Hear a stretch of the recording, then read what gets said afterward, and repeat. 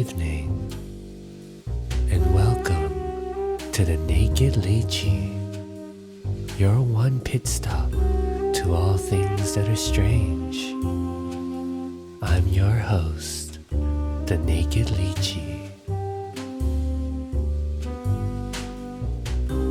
Let's rewind to the early 70s, diving into the life of a young man named Travis Walton. Born around 1953 to Mary Walton, Travis wasn't your average Joe. By 71, he found himself in a bit of hot water, alongside his buddy Carl Rogers. The duo got tangled up in a scheme involving the Western Molding Company, leading to a probation stint. But hey, everyone's got a pass, right? Fast forward to 1975. Our man Travis, now 22, was swinging axes with a 7-strong logging crew under the wing of Carl's bro, Michael H. Rogers. These weren't your everyday lumberjacks. They were on a mission from Uncle Sam to give the Turkey Springs area of the Apache Sitgreaves a little haircut. The gig was hefty, thinning out over 1,000 acres by summer's end. But as luck would have it, deadlines are as tough as the Arizona pines. An extension pushed their finish line to November, but even that was looking dicey.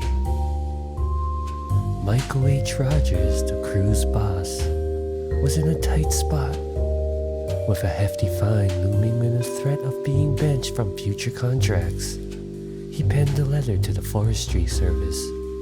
The struggle is real, he might as well have said, describing the thick woods and the crew's dipping spirits. But they weren't quitters. We'll keep hacking away, Michael promised, until the job's done, or we're told to pack it up. It was a tale of determination, of battling against the odds in the heart of the wilderness.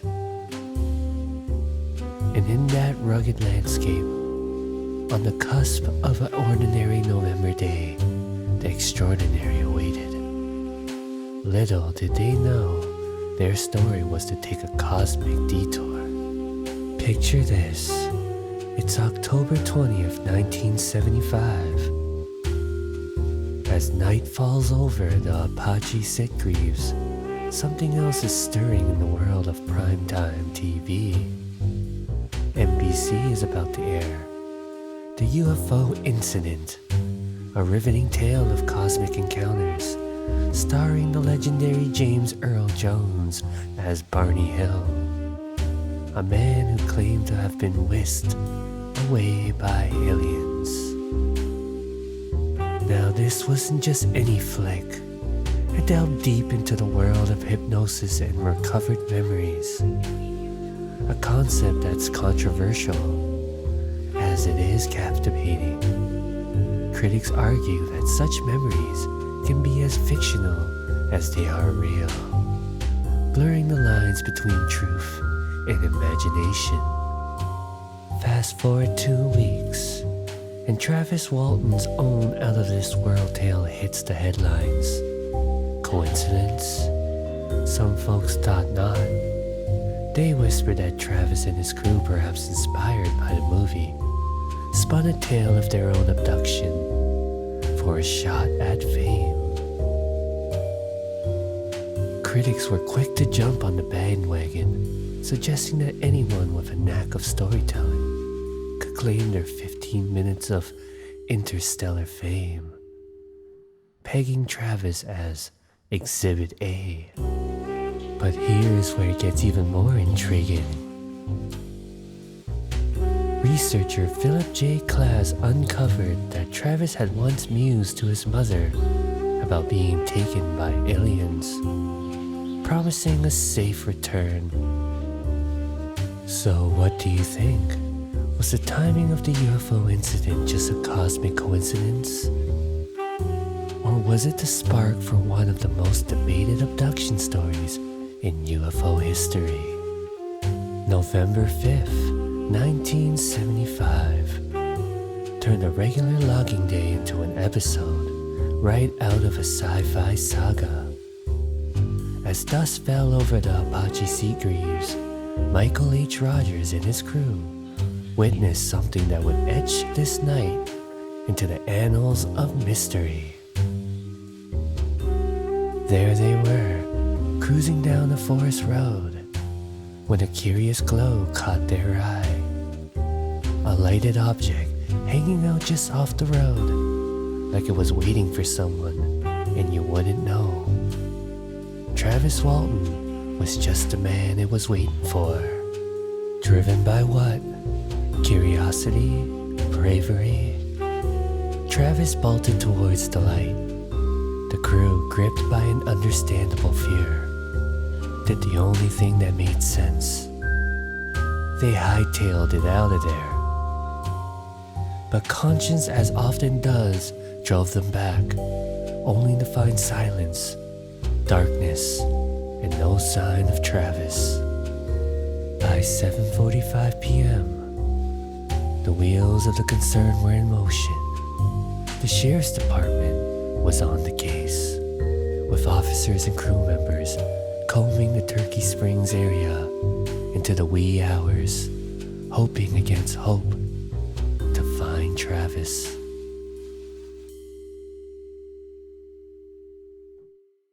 Now here's where it gets really eerie. When the news reached Travis's mom, her reaction was, let's just say, unusually chill. Well, that's the way these things happen, she remarked. Even the seasoned deputy Coplin was taken aback by the family's calm demeanor. But then again, the Waltons were no strangers to the UFO phenomena, described as longtime students of the UFOs. Maybe they saw this as a cosmic appointment Travis couldn't miss. As the night stretched into the early hours, with Travis still missing, the community braced for what might come next. But the Waltons, they seemed to know this was just part of a larger, elderworldly script. As dawn broke on November 7th, 1975, the mystery of Travis Walton's disappearance took the small town of Huber, Arizona, by storm. Nearly 50 souls, fueled by concern and curiosity, combed through the Turkey Spring area, searching for any clue that might explain the unexplainable. But as the day wore on, hope waned. Travis's mother, unwavering in her belief, told the officers he's not on this earth. A statement so bold, it prompted Sheriff Gillespie to call off the search.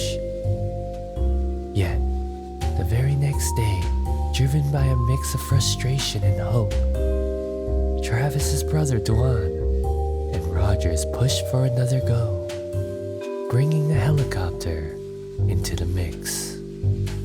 Meanwhile, the story was catching fire. Regional papers and the Phoenix-based UFO interest group jumped on it, recording and revealing interview with Mike Rogers and Dwayne Walton. The duo shared their unwavering belief in Travis's return, hinting at their deep dive into the UFO lore and an almost prophetic desire to encounter one. Dwayne's words during the interview painted a picture of a family not just fascinated by UFOs, but prepared to embrace the unknown. He knows where he's at, and I know where he's at, Dwayne asserted, leaving listeners to wonder just how deep their cosmic connections ran. The search resumed, but by November 9th, Travis's mother once again urged its cessation. The intrigue had now spread far and wide, igniting a media frenzy across continents. Yet amidst the spectacle, a pressing question remained. Where was Travis Walton? To curl in rumors of foul play, the logging crew faced a polygraph test. The results? A resounding affirmation of their story. Save for one inconclusive mystery. The town was abuzz, the world was watching, and the clock was ticking. Just past the stroke of midnight, on November 12th, a phone in Heber, Arizona rings. The caller? None other than Travis Walton. Setting the stage for his surprising return, his sister's husband, Grant Neff, picks up, puzzled by Travis's slurred speech, mistaking it for intoxication. But this wasn't a night for confusion. It was a night for answers.